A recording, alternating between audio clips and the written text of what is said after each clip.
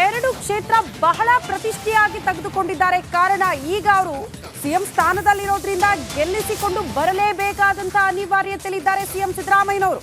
ಹಳೆ ಮೈಸೂರು ಪ್ರಾಂತ್ಯ ಕೈವಶಕ್ಕೆ ಸಿಎಂ ರಣತಂತ್ರ ರೂಪಿಸುತ್ತಿದ್ದಾರೆ. 3 ದಿನ ತವರೂರಲ್ಲೇ ಸಿದ್ದರಾಮಯ್ಯನವರ ಠಿಕಾಣಿ. ಎಚ್ಡಿ ಕೋಟೆಯ ಖಾಸಗಿ ರೆಸಾರ್ಟ್ನಲ್ಲಿ ವಾಸ್ತವ್ಯ ಹೂಡ್ತಿದ್ದಾರೆ. ಮೈಸೂರು ಚಾಮರಾಜನಗರ ಗೆಲ್ಲೋದಕ್ಕೆ ರಣತಂತ್ರ ರೂಪಿಸ್ತಾರಂತೆ ತಮ್ಮ ತವರು ಕ್ಷೇತ್ರದಲ್ಲೇ ಇದ್ಕೊಂಡು. ರೆಸ್ಟ್ ನೆಪದಲ್ಲಿ ರೆಸಾರ್ಟ್ನಲ್ಲಿ ಸಿದ್ದರಾಮಯ್ಯ ತಂತ್ರಗಾರಿಕೆ. ಆಪ್ತ ಶಾಸಕರು ಸಚಿವರನ್ನ ರೆಸಾರ್ಟ್ಗೆ ಕರೆಸಿಕೊಂಡಿದ್ದಾರೆ ಸಿಎಂ ಸಿದ್ದರಾಮಯ್ಯ ಅನ್ನೋದರ ಡೀಟೇಲ್ಸ್ ಸದ್ಯ ಸಿಗ್ತಾ ಇದೆ. ಮೈಸೂರು ಜಿಲ್ಲೆ ಎಚ್ಡಿ ಕೋಟೆ ತಾಲೂಕಿನ ಖಾಸಗಿ ರೆಸಾರ್ಟ್. ರೆಸ್ಟ್ ನೆಪದಲ್ಲಿ ಚುನಾವಣೆಯ ತಂತ್ರಗಾರಿಕೆ ಸಿಎಂ ಸಿದ್ದರಾಮಯ್ಯನವರಿಂದ. ಆಪ್ತರನ್ನ ಕರೆಸಿಕೊಂಡು ಸಭೆ ನಡೆಸಿದ್ದಾರೆ ಸಿಎಂ. ಶತಾಯ ಗತಾಯ ಪ್ರಯತ್ನ ಮಾಡಿ ಮೈಸೂರು, ಕೊಡಗು ಮತ್ತು ಚಾಮರಾಜನಗರ ಲೋಕಾ ಕ್ಷೇತ್ರ ಗೆಲ್ಲೋದಕ್ಕೆ ಪ್ಲಾನ್ ಮಾಡಿಕೊಂಡಿದ್ದಾರೆ ಸಿಎಂ. ಇದು ತನ್ನ ಪ್ರತಿಷ್ಠೆಯ ಚುನಾವಣೆ ಅಂತ ಸಿಎಂఏ ಹೇಳ್ಕೊಂಡಿದ್ದಾರಂತೆ. ಇದೀಗ ಆಪ್ತರನ್ನ ಕರೆಸಿಕೊಂಡು ಚುನಾವಣೆಯ ತಂತ್ರಗಾರಿಕೆ ಮಾಡ್ಕೊಳ್ತಿದ್ದಾರೆ ಅನ್ನೋದರ ಡೀಟೇಲ್ಸ್ ಸದ್ಯ ಸಿಗ್ತಾ ಇದೆ. ಸಚಿವರಾದ ಮಹದೇವಪ್ಪ, ವೆಂಕಟೇಶ್, ಶಾಸಕ ಅನಿಲ್ ಚಿಕ್ಕಮಾದು ಎಲ್ಲರೂ ಕೂಡ ರೆಸಾರ್ಟ್ಗೆ ಬಂದಿದ್ದಾರೆ ಅನ್ನೋದರ ಡೀಟೇಲ್ಸ್ ಸಿಗ್ತಾ ಇದೆ. ಈ ಬಗ್ಗೆ ಮತ್ತಷ್ಟು ಡೀಟೇಲ್ಸ್ ಅನ್ನ ಕೊಡ್ತಾ ಹೋಗ್ತಾರೆ ನಮ್ಮ ಪ್ರತಿನಿಧಿ ವಿನೋದ್. ನೇರ ಸಂಪರ್ಕದಲ್ಲಿ ಜಾಯಿನ್ ಆಗ್ತಿದ್ದಾರೆ.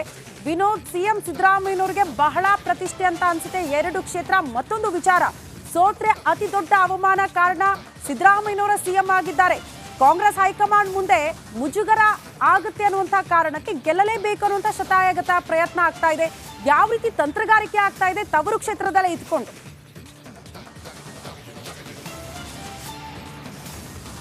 ಶ್ರುತಿ, ಬಹಳ ಪ್ರಮುಖವಾಗಿ ಸಿದ್ದರಾಮಯ್ಯನವರಿಗೆ ಮೈಸೂರು ಮತ್ತು ಚಾಮರಾಜನಗರ ಕ್ಷೇತ್ರವೆಲ್ಲ ಗೆಲ್ಲಲೇಬೇಕಾದಂತಹ ಅನಿವಾರ್ಯತೆ ಮತ್ತು ಒತ್ತಡ ಕೂಡ ಇರುವಂಥದ್ದು. ಕಳೆದ 2 ಚುನಾವಣೆಗಳಲ್ಲೂ ಕೂಡ ಈ 2 ಕ್ಷೇತ್ರಗಳಲ್ಲೂ ಕೂಡ ಬಿಜೆಪಿ ತನ್ನ ಆಧಿಪತ್ಯವನ್ನು ಸಾಧಿಸಿರುವಂಥದ್ದು. ಕಳೆದ 2013ರಲ್ಲೂ ಕೂಡ ಸಿಎಂ ಆಗಿದ್ದರು. 2014 ಬಂದಂಥ ಚುನಾವಣೆಯಲ್ಲೂ ಕೂಡ ಚಾಮರಾಜನಗರ, ಮೈಸೂರು 2 ಕ್ಷೇತ್ರವಲ್ಲೂ ಕೂಡ ಬಿಜೆಪಿ ಪಾಲಾಗಿತ್ತು. ಆಗಲೂ ಕೂಡ ಸಿದ್ದರಾಮಯ್ಯ ಮುಖ್ಯಮಂತ್ರಿ ಆಗಿದ್ದರು. ಸೊ ಹೀಗಾಗಿ ಸಾಕಷ್ಟು ಒತ್ತಡಗಳು ಅವರ ಮೇಲಿದೆ. ಆದರೆ ಮೈತ್ರಿ ಸರ್ಕಾರದಲ್ಲೂ ಕೂಡ ಕಾಂಗ್ರೆಸ್ ಮತ್ತು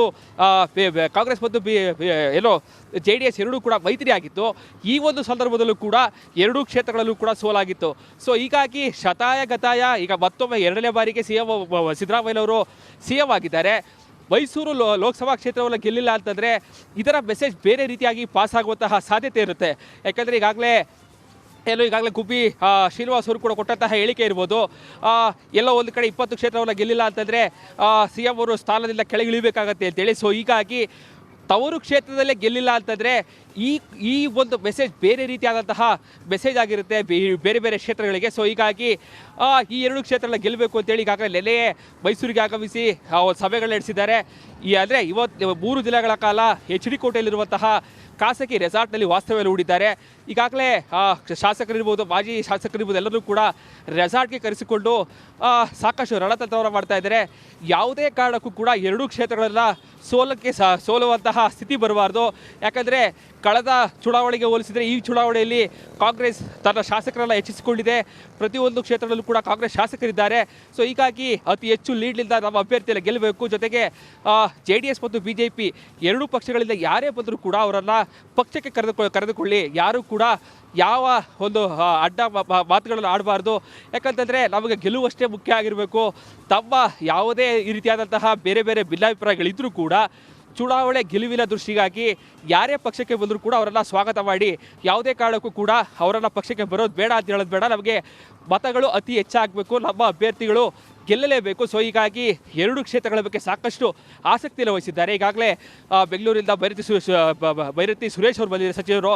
ಜೊತೆಗೆ ವಿಧಾನ ಪರಿಷತ್ ಸದಸ್ಯರಾಗಿರುವಂತಹ ಗೋವಿಂದರಾಜ್ ಅವರು ಕೂಡ ರೆಸಾರ್ಟ್ಗೆ ಬಂದಿದ್ದಾರೆ. ಸಾಕಷ್ಟು ರಣತಂತ್ರಗಳ ಎಳಿತಾ ಇದ್ದಾರೆ 2 ಕ್ಷೇತ್ರಗಳು. ಜೊತೆಗೆ ರಾಜ್ಯದ 28 ಕ್ಷೇತ್ರಗಳಲ್ಲೂ ಕೂಡ ಕಾಂಗ್ರೆಸ್ ಈ ಬಾರಿ ಅತಿ ಹೆಚ್ಚು ಕ್ಷೇತ್ರಗಳನ್ನು ಗೆಲ್ಲೋದಕ್ಕೆ ಸಾಕಷ್ಟು ಪ್ಲಾನ್ಗಳನ್ನು ಮಾಡ್ಕೊಳ್ತಾ ಇರುವಂಥದ್ದು. ಶ್ರುತಿ, ವಿನೋದ್, ಎಲ್ಲ ಒಂದು ಕಡೆ ಸಿದ್ದರಾಮಯ್ಯನವರಿಗೆ ಅವರ ರಾಜಕೀಯ ಅಸ್ತಿತ್ವ ಉಳಿಬೇಕು ಅಂತಂದ್ರೂ ಇದೇ ಚಾಮರಾಜನಗರ ಮೈಸೂರು ಭಾಗದಲ್ಲಿ ಗೆಲುವು ಅತ್ಯಂತ ಪ್ರಮುಖ ಆಗತ್ತಾ? ಯಾಕಂತಂದ್ರೆ ಅವರ ರಾಜಕೀಯ ಪ್ರಾಬಲ್ಯ ಹೀಗೆ ಉಳಿಬೇಕು ಅಂತಂದ್ರೆ ಇಲ್ಲಿ ಅವರ ಪಾಳೆಯದ ನಾಯಕರುಗಳು ಆರಿಸಿ ಬರಬೇಕು, ಅಥವಾ ಅವರಿಗೆ ಪ್ರಾಧಾನ್ಯತೆ ಸಿಗಬೇಕು, ಅಧಿಕಾರ ಸಿಗಬೇಕು. ಹಾಗಾಗಿಲ್ಲ ಅಂದರೆ ಎಲ್ಲೋ ಒಂದು ಕಡೆ ಅವ್ರಿಗೆ ತವರಿನಲ್ಲೇ ರಾಜಕೀಯ ಅಸ್ತಿತ್ವ ಇಲ್ಲವಾಗುವ ಚಾನ್ಸಸ್ ಇದೆಯಾ? ಹಾಗಾಗಿ ಇಷ್ಟೊಂದು ಡೆಸ್ಪರೇಟ್ ಆಗಿ ಓಡಾಡ್ತಾ ಇದ್ದಾರಾ?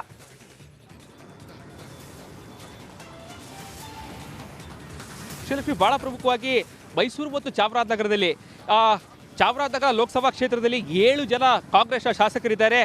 ಓರ್ವ JDSನ ಶಾಸಕರಿರುವಂಥದ್ದು, BJP ಶೂನ್ಯ ಸಾಧನೆಯನ್ನು ಈ ವಿಧಾನಸಭಾ ಚುನಾವಣೆ ಮಾಡಿರುವಂಥದ್ದು.